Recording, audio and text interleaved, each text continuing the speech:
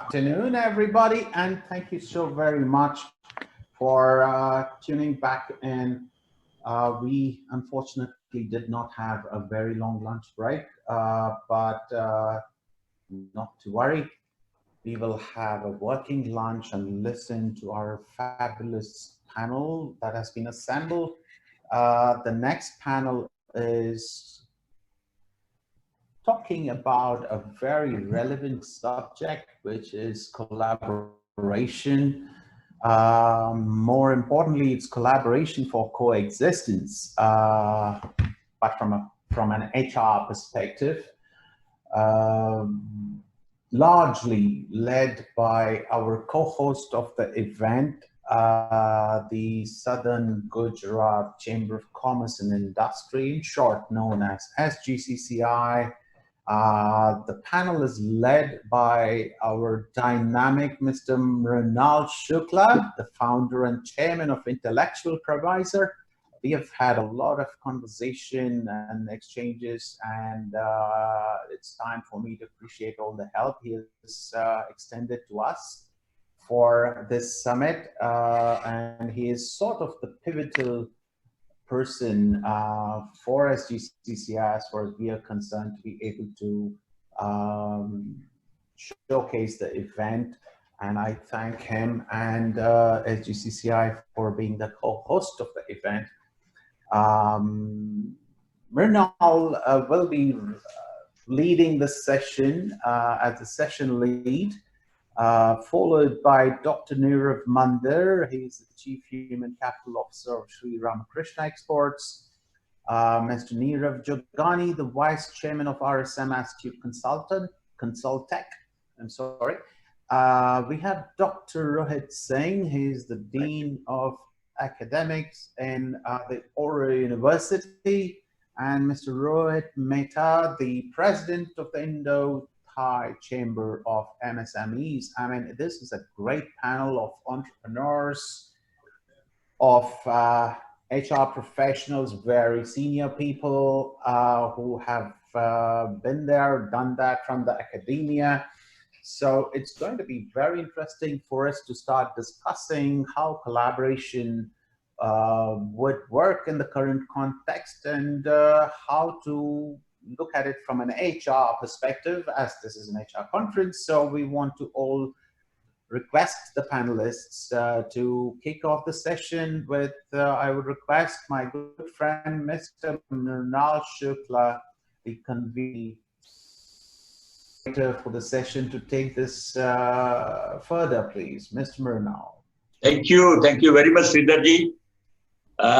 On behalf of the STCCI, we appreciate this very prestigious event, and we appreciate that you kindly involve us as a partner in this event, and it's going so nicely that we are so happy.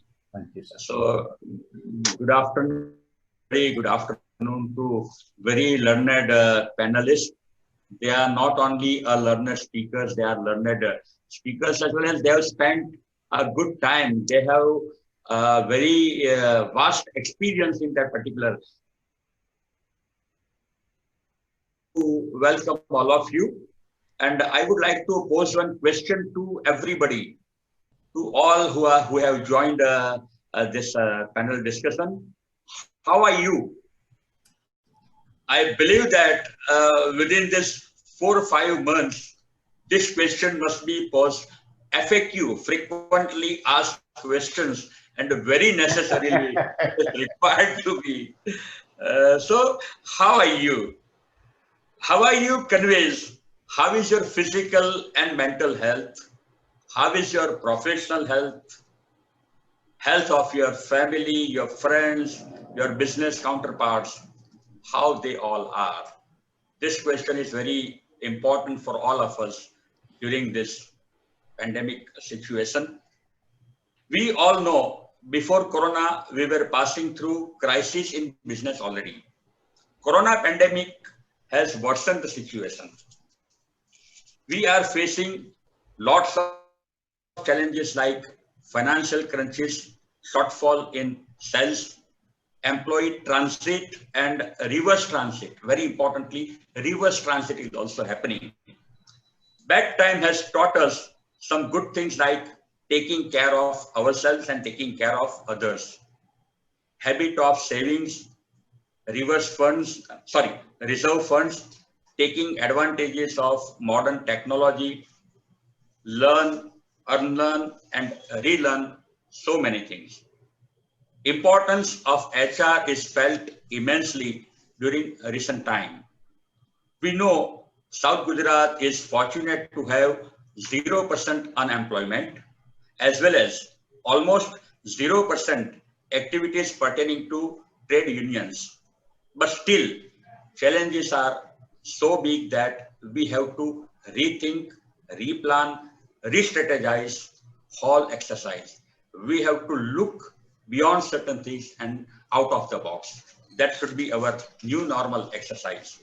People on both the hands, employee and employers, are facing uncertainty of financial stability, job security, etc.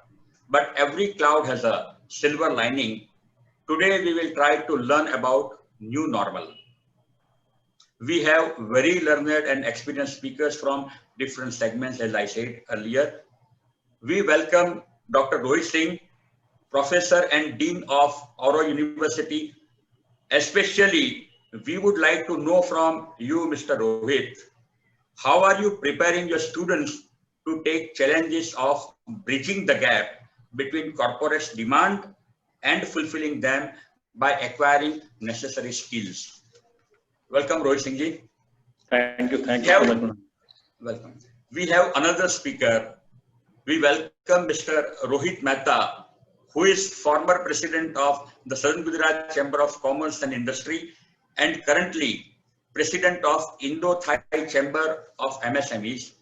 Mr. Rohit will address challenges and remedies of MSMEs. Rohit bhai, welcome.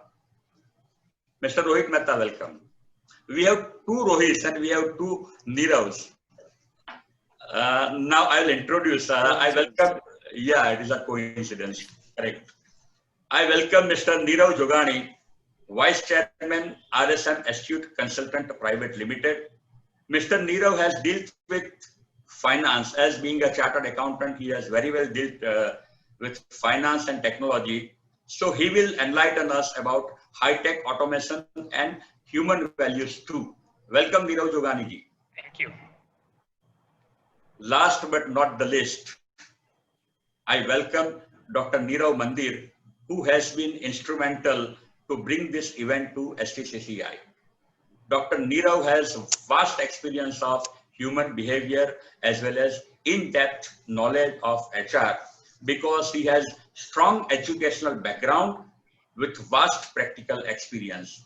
He is Chief Human Capital Officer at Sri Ramakrishna Export, a leading diamond manufacturing and export company. Dr. Nirav takes care of 5,000 plus team members of SRK having turnover of 8,000 plus crores Indian rupees. So now time has come to discuss about better understanding, better cooperation through better communication, technology versus human touch, mutual trust and integrity through our topic, collaborate for coexistence, the HR perspective. I would like to invite all the speakers one after another and they will present their thoughts before us. Firstly, I would like to invite Dr. Rohit Singh. I would like to give his brief, rather I have already given very brief introduction of all the speakers. So please pardon me. We have limited time. We have to give so many things in limited time frame. Right. So I am sorry to give very elaborate introduction of all the speakers. So with your permission, my all dear speakers, we begin with Dr. Rohit Singh. He is a Dean of Auro University and a Professor in Marketing. Dr. Rohit Singh, please put forward your ideas. Thank you so much, Munal Shuklaji. Pleasure to be on the panel on Collaborate for Coexistence, the HR Perspective. And thank you, Sridharji, for giving us the opportunity to present our views. and my honorable members and the delegates virtually. Uh, the basic reason why we are here is because there's a strong bondage between the academic institutions and the industry. And the bondage is more important because in this time of crisis, when everybody is having a shortage either of fund or human resources, we need to come together and play a very vital role and pivotal role into this process. Normally, if you see that the students who are studying in institutions, they are need to be absorbed by the industries which are there in the community in the form of companies, in the form of offices, in the form of manufacturing, or whatever it is. Even in consultancy, because Neeraj Johani is here, he will be knowing more in detail about it. The biggest challenge which we come into discussion often with the industry is that is my student who's going out of the particular program, is he employable? Now, the question is whether he is employable or not, because the employability capability of the higher education students, they are limited, and the demands and the needs of the skill sets which are required by the industry, they are variable. So there is a limitation of the knowledge, there is a variation in the requirement of the industry, and these two never matches together. So there is a huge gap. So the first thing which an industry and education institution has to do is to identify the gap analysis in terms of the requirement by the industry and in terms of the human resources with the education.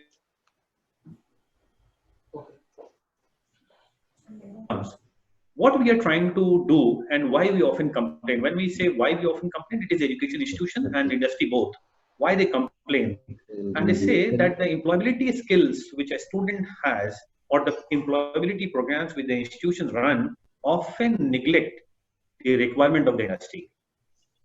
So the question is, there is a need, but which has been ignored or neglected by the education institutions. And second is, there is a rapid paradigm shift which is coming on because of industry 4.0, technology 4.0, and at the same point of time, education itself has to reach to that level of education 4.0. And the gap between industry 4.0 and education 4.0 is only going to be possible when this analysis is being done in collaboration and conjunction with all the stakeholders. And when I say stakeholders, primarily it is between the education institutions and the industry per se. Until the time these two come onto the same platform, this gap will always persist. I give you a very small example, and the example is a book which was written some 4 years back is being taught here, and students studying into the current program is going to graduate after 2 years. There is a total gap of 6 years. And there's a lot of changes which has already been taken place in the industry, which a student is not aware of. Now, there are two questions. Institutions say, we are providing you ready-made students, you can absorb them. Industry says, no, they are not as per a requirement. And if industry want to upskill them, now skilling has been done, there is an upskilling requirement or reskilling requirement, there's a cost to that. Is industry ready to share that cost element in skilling and reskilling that student again for the process of their requirement? So it has a cost element which at any very initial phase, industries are very skeptical to spend upon. So the question comes, if an institution has to match that industry 4.0 requirement, what it has to be done? My first suggestion and observation is, submission to this panel is, there should be a proper integration of skill training programs which are being conducted into the industry. At the same time of point, there is a skill development programs which are happening in the education institutions. These two need to be combined together. And if you see the latest report by the National Human and Resource Development Center, it says that the 5 essential industry 4.0 skills which are being needed by the industry among the students who are coming into for the employment. First is the communication. Second is they should be very much upgraded on social skills. They must be a team working and the interpersonal skills equipped. They should also possess the leadership skill. Now, the situation is when the student is entering into the organization, he may not be promoted to the top level immediately, but he should have the ability to work with the leaders also. That is what I mean to say over here. And the fifth very important one is the critical thinking and the problem solving skill. Nowadays, a lot of education institutions, they ignore this. So how we will bridge this gap in collaboration with the industry? So honestly, the onus is on the education institutions. We need to bring those new pedagogical tools and strategies which can map the requirement of the industry through the active learning engagement process. And when I say active learning engagement process, then I should have Neerav Mandir, I should have Neeraj Johani ji, I should have Rohit Mehta Sahab, I should have Mrunal ji into my class on a monthly basis. And they can bring that change onto the real-time basis into the classroom teaching and learning. Now, there were certain other skills which has already been highlighted and in the United Nations Self-Development Goal, which has been included into the new education policy, is that the business studies program which are running across, or the technical programs which are running across the institutions, they should have a multidisciplinary approach. And what does it mean? It's very simple, is does my program have a business orientation learning among the students, so when they graduate, they can easily go and work in the industry? I personally feel it is not. So the second suggestion is there should be a proper integration between the education institutions and the industry so that we can integrate all these factors. Now question comes, how we are going to do that? So does the education institution and industry meet often? To be very sorry at this point of time, is I can say no, often not. Once in 6 months, and that is not done. We should have a regular interaction happening between the academy and the industry so that we can bring those latest happening into the classroom teaching and learning. So that, as it is directly said, it is the hard skill which will help you to rise. But if you lack soft skill, you cannot sustain into the corporate world. So the academia should focus on imbibing the hard skill and the soft skill into the teaching and learning process. And one last suggestion which I would like to give through this panel is there should be a strong interaction happening through various forums between the industry and the academia to understand what are the new perspectives which are coming into the working scenario within the industry, so that the same perspective can be taught into the classroom teaching learning process. So the very common terminology which we use is my student industry ready? The answer comes from the industry, no, it is not. So question is, then what they have done in those 2-3 years to go and get directly absorbed? It is not happening. So that gaps further extend by 6 months. So the total gaps comes into picture is 6.5. So student by the time lose the focus of working into the particular sector, and then he jumps into some other sector or the area where he or she is not interested. So the role which we should play is giving the adequate skill. We should at the same point of time have a joint program which can focus on reskilling the students' required capabilities. And at some point of time, the academic can work effectively with the industry and help in the upskilling of their employees also. So it is not always that the industry requirement, academic requirement is there. Sometimes industry people all need trainers to train their people who are working for the last 4, 5, 10 years. That upgradation can also happen by the mutual exchange of human resource between the academic and the industry. And I feel the active, the powerful linchpin between the two is, one is the learning center in the industry, other is the placement center in the institution. If these two can collaborate effectively in the form of career development within the industry and the academics, I feel that is going to play a dominant role in bridging that gap. And remember one thing, student is always employable. And employable here means he cannot be unemployed. So the point is where we can match his employability skill sets to the requirement of the industry. That is the role we have to play, I feel. And that is how I put my thoughts in front of you, Mrunalji. Take it forward. Thank you so much. Thank you very much, Rohit Singh ji. You have posed your point so well, and you have posed before people who are leading their industries, Dr. Nirav and Nirav Jogani and Rohit Mehta. So you have very properly put your point before right people also. You said about education 4.0, scaling and rescaling, and you asked for industry people to join hands, which is very important if you want to make them industry ready, corporate ready. So during my question answer, I would come back to you. I have some questions derived from your presentation, but now it's time to invite Nirav Jogani. Nirav Jogani is Vice President, RSM Astute Consultant Group. He is, RSM Astute Consulting Group is the 6th largest accounting consulting group in India with a team of 1,700 people.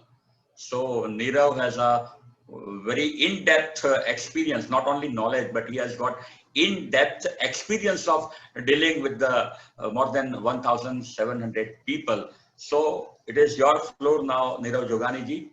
Please address. Thank you, Mrunal bhai. At the outset, I would like to thank the organizers of this wonderful virtual summit and for giving me this opportunity to address the August audience. It is really my honor and pleasure. And I would really like to compliment the organizers and the entire team, as well as Dr. Neerav Mandir, Mrunal Bhai, and everyone participating from SGCCI side also for the meticulous planning and the kind of speakers and everything just is itself focusing on collaboration truly captures the need of the hour. So in the earlier times, HR function was seen more from the point of view of the payroll processing or the legal compliances and the documentation and all. However, the role has changed and not changed. It is a significant change. In fact, in most of the new age companies, HR competes with the finance function. So in the earlier days, finance used to be the most important function for any organization because they determined how much profit the organization made and how it was made.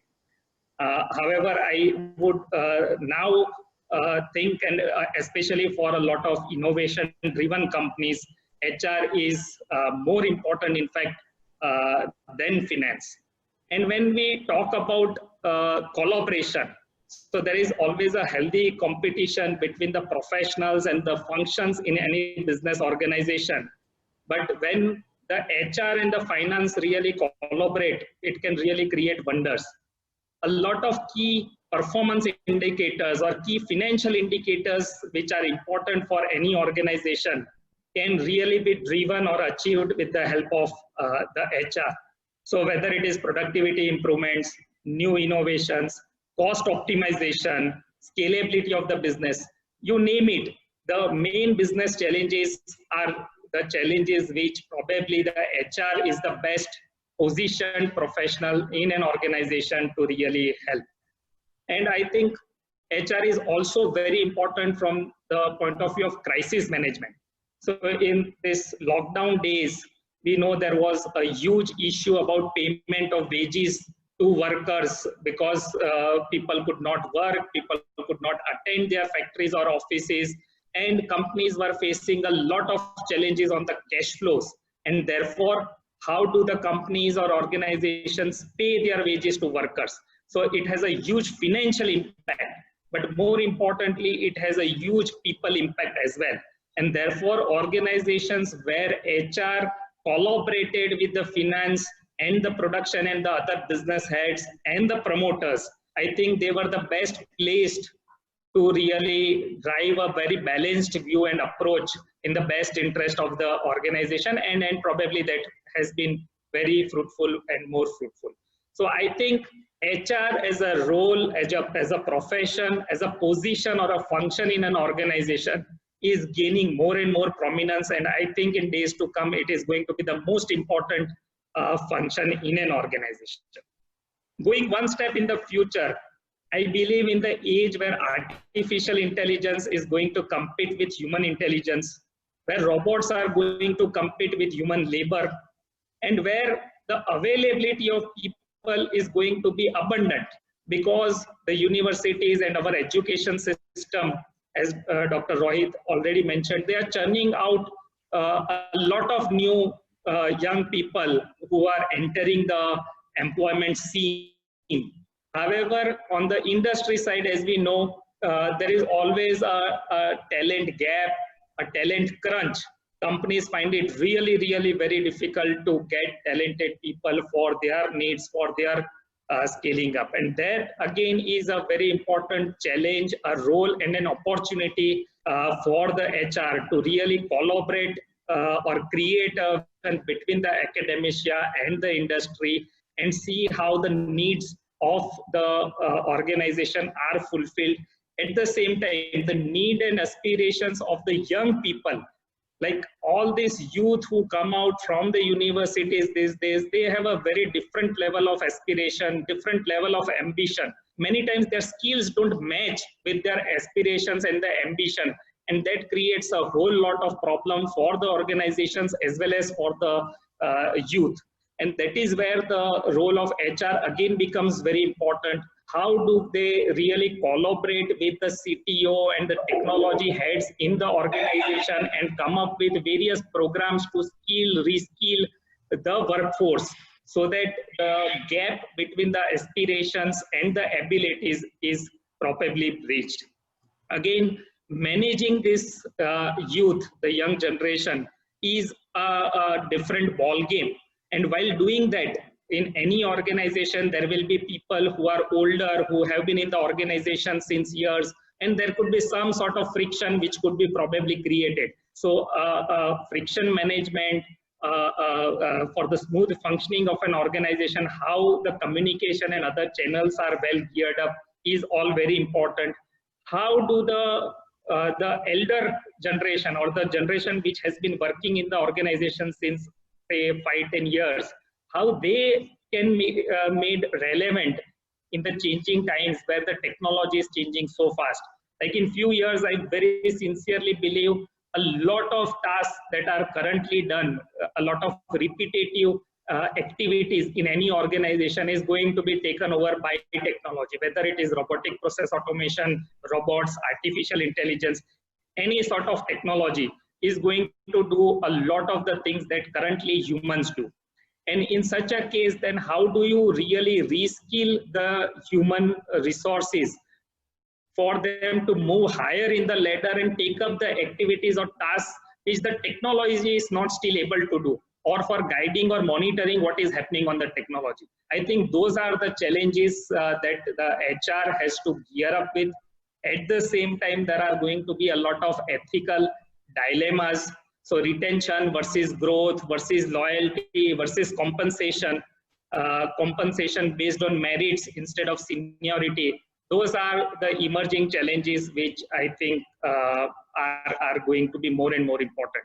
Organizations which are really able to meet up to these challenges are able to create strategies which enable them to stay in sync with the changing landscape. They are going to survive.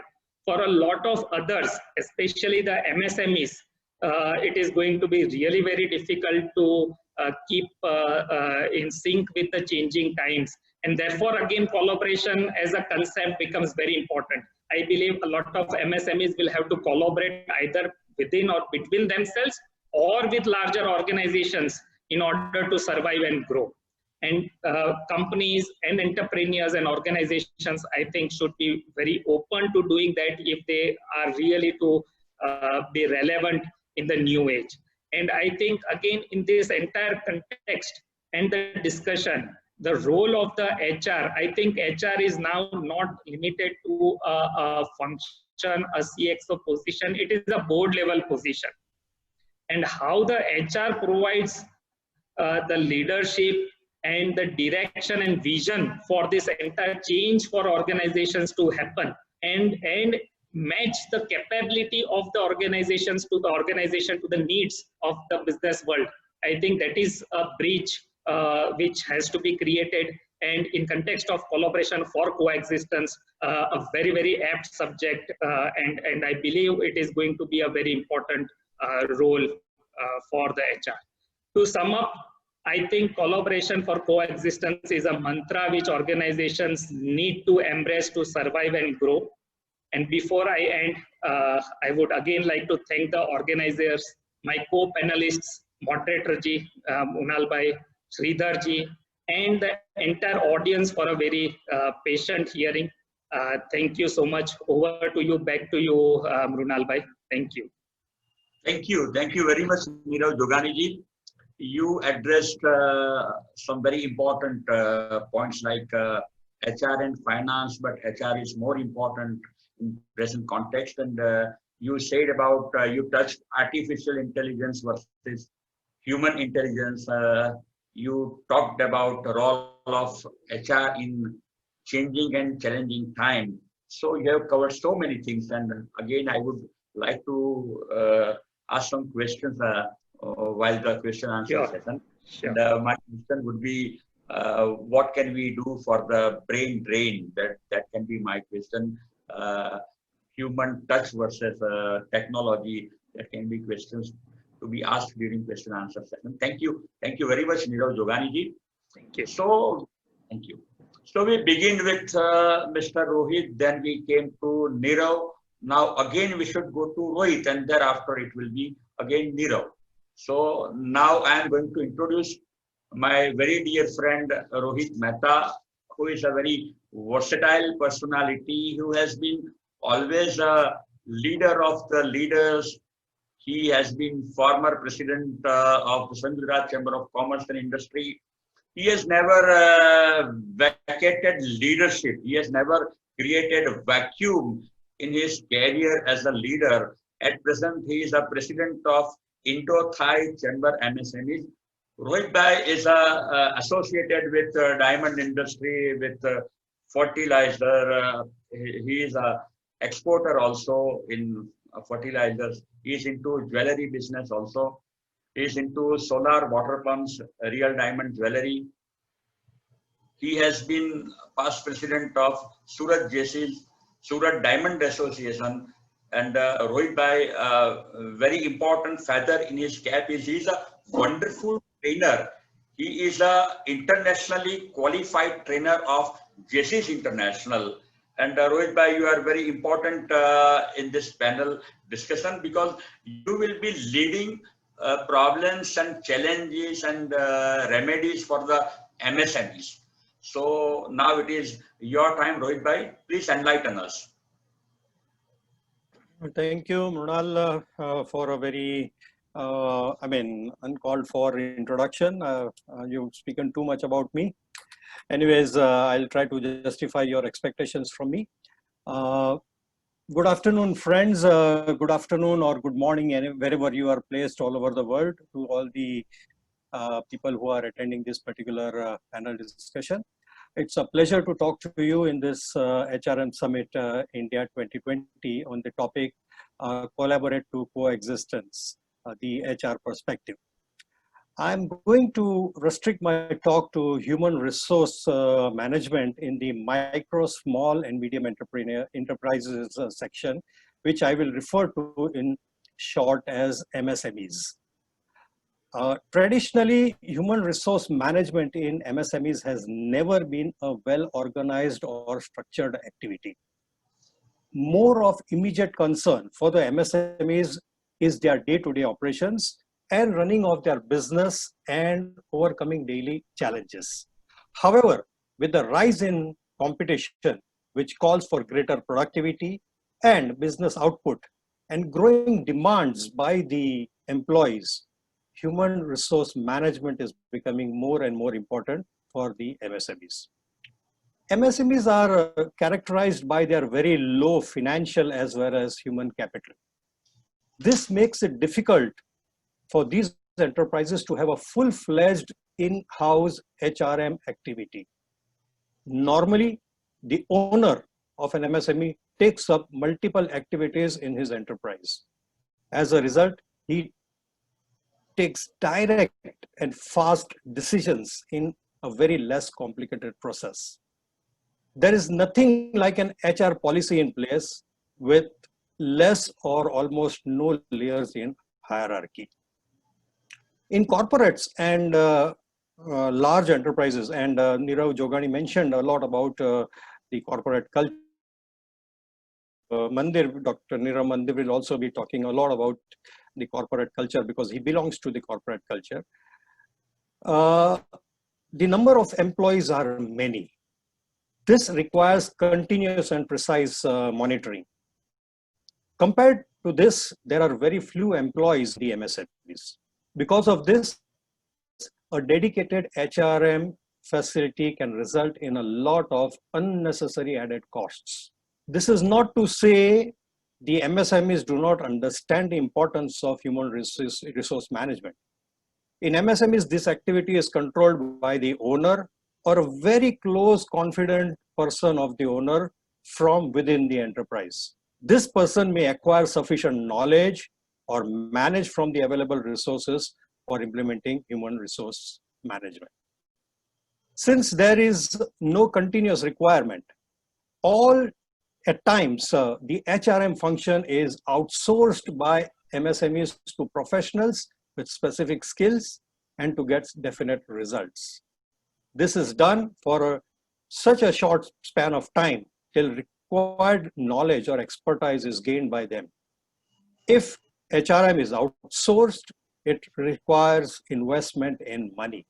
However, the entrepreneur gets enough time to concentrate on strategic business issues rather than looking after routine HR systems. This is where I see the strong possibility and opportunity for collaboration between MSMEs and HR management consultants.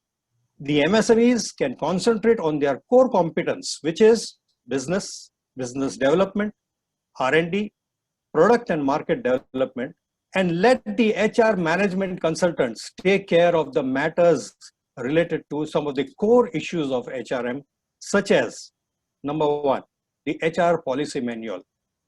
The HR consultant can be entrusted with the task of designing a well-structured HR policy manual.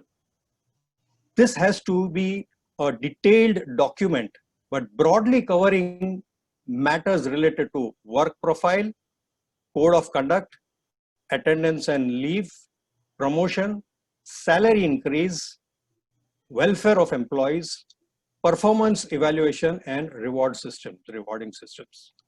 Second, recruitment and retention. Recruitment becomes a very tricky issue where skill is an important requirement. The entrepreneur might end up taking on board persons of lesser skills because of family and peer pressures, and will have to live with this situation for a long time. It is best if professional help is taken for this sensitive task.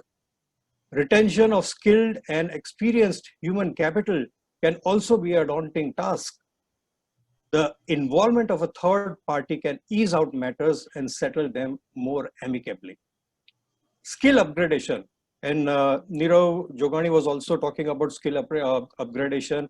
Dr. Rohit Singh also talked about the reskilling of the students coming out from the universities. In this fast changing world, sets of skills of extreme importance today may become obsolete in the very near future. This is a very hard reality we have to face.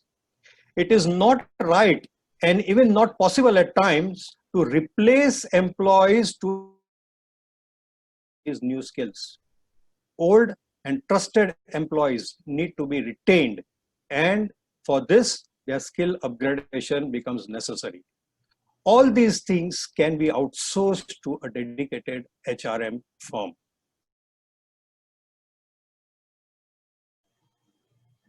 Then is the need of the hour.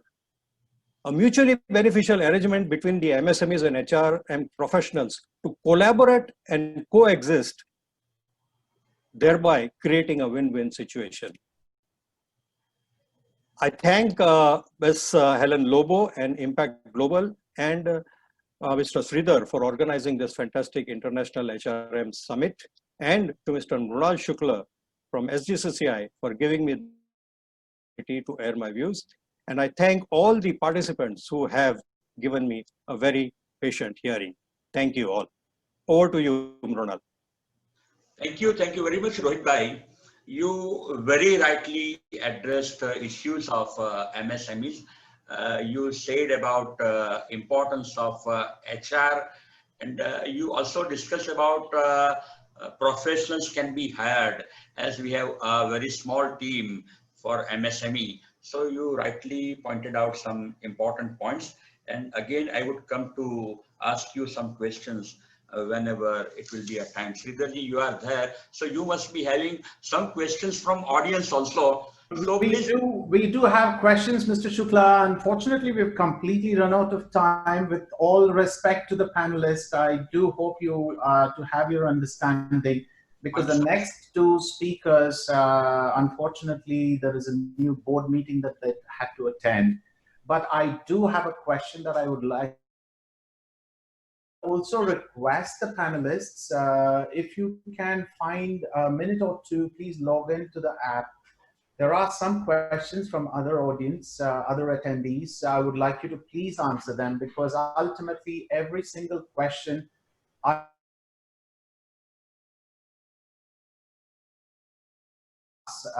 so I appreciate your kind indulgence and understanding in this matter. But I will just ask one question, if you don't mind. Mr. Shukla can answer that. Sir, can I? We have only one panelist to address the audience. Can we take him and thereafter we go to the question answer round?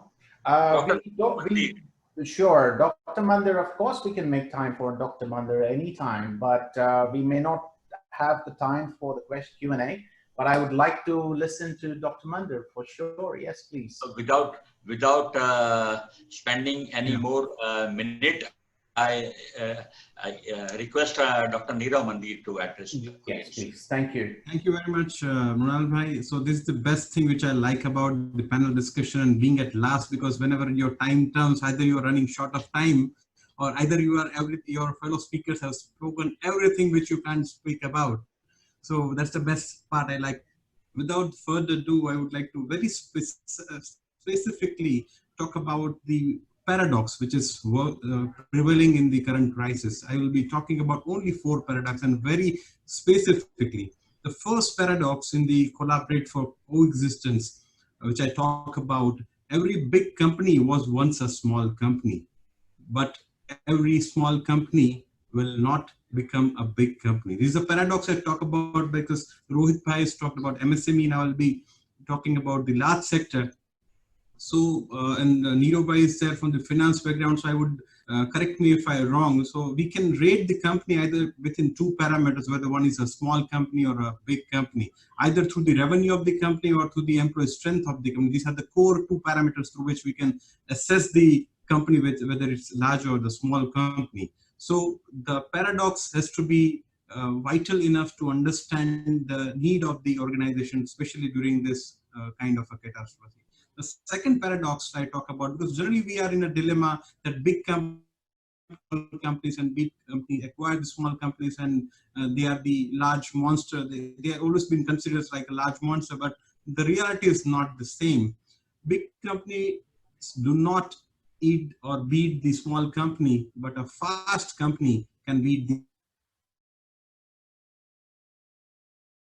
And if you are a fast company, then you are having many more opportunities in compared to the slow company. And the moment that small company gets into transition to be the large company, and they are gradually losing their agility. It's like sailing into a boat and sailing into a big ship like Titanic. So iceberg kind of a catastrophe come in your way. It's really impossible to take the divergence or to divert the route instantly. So maintaining the agility while becoming big is really a kind of a critical thing in the current aspect. The third thing I would like to talk about, big companies are always been in fear either to lose their market capital, to lose their revenues, to lose their employee through the any of the processes. But the small companies are always seen excited about winning. So like it's a completely contradictory thing. So small companies are always, because they are nothing much to, they don't have nothing much to lose, even in the given scenario. So there's the fourth and the last paradox which I would like to talk about. Small companies always must be thinking on the big platform or must think big, but at the same time the big companies still need to behave like a small company. So it's again a kind of a thing, because if I quote that the list of Fortune 500 companies which got first published in 1955, and more than 7,000 companies went into the list and came out from that list, but you'd be surprised to know that there are not more than 70 companies who were there in 1955 and they are still there in 2020. So it's kind of a dilemma which is prevailing between these big and the large companies, and it is the role of a HR leader to in line with the CXOs of the organization, how they can do the required transformation, especially during this unprecedented time. Thank you very much, Mrunal Bhai, and I'll hand over the floor to Mr. Sri, anything can be pondered upon. Thank you very much, Dr. Mander. In your own inimitable style, you have, sorry, am I audible? Yeah, please. Thank you. In your own inimitable style, you have put forth 4 paradoxes, which is only going to make us think more and ask you more questions, for which unfortunately we don't have too much time. I personally have a lot of questions to ask, but then I'm going to take that offline with you, Dr. Mander. And I just, with your permission, Mr. Shukla, if you don't mind, I just want to say a word of thanks to every person. I'd like to begin with the panelists. You have played very many roles as far as we are concerned for the HRM Summit. But first, as a moderator and the session lead, I'd like to thank you. I think you're close to 99 webinars during this lockdown period. So I wish you well for a quick century as well. Sure. I'd like to also thank Dr. Nirav Mander, who has, of course, been very instrumental in making sure that this introduction between the HRM Summit Impact Global happened with our co-host SGCCI, and I really truly thank you from me and my entire team. Thank you so much, Dr. Mander.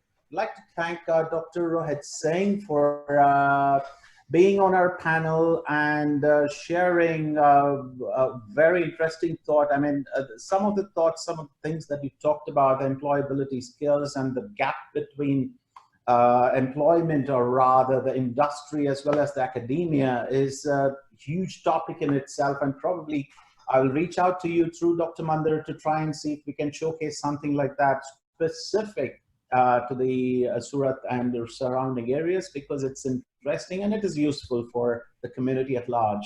I'd like to thank Mr. Mehta as well, or Mr. Rohit Mehta as well, for talking especially about MSMEs. As you know, a very, very large majority of our organizations, so to speak, in India and probably elsewhere in the world, even in the UK, is SMEs and MSMEs, and it contributes to a significant portion of the country's GDP as well. I'd like to also thank Nirav Jagani for his talk about, with a twist, about AI and the new technologies per se, and how it impacts, how it is going to impact rather the future as well. And I thank you all for being here, and a special thanks to Mr. Shukla for taking care of all the administrative, all the last minute requests, all the things with respect to administration between Impact Global and SGCCI. I'd like to, of course, thank the team that has been instrumental and helping in the administrative capacity. I'd like to thank Mr. Ketan Desai, the president of SGCCI, for having kindly agreed to be our co-host. And I'd like to, of course, last but not the least, thank Dr. Nirav Mander again for being instrumental in making sure that this collaboration between two organizations, one very big, which is SGCCI, and us as Impact Global, virtual conference. We've done online, offline, rather physical conferences many years, but this is our first venture in the virtual. And I truly thank, from my team, the entire team at SGCCI. Thank you very, very much.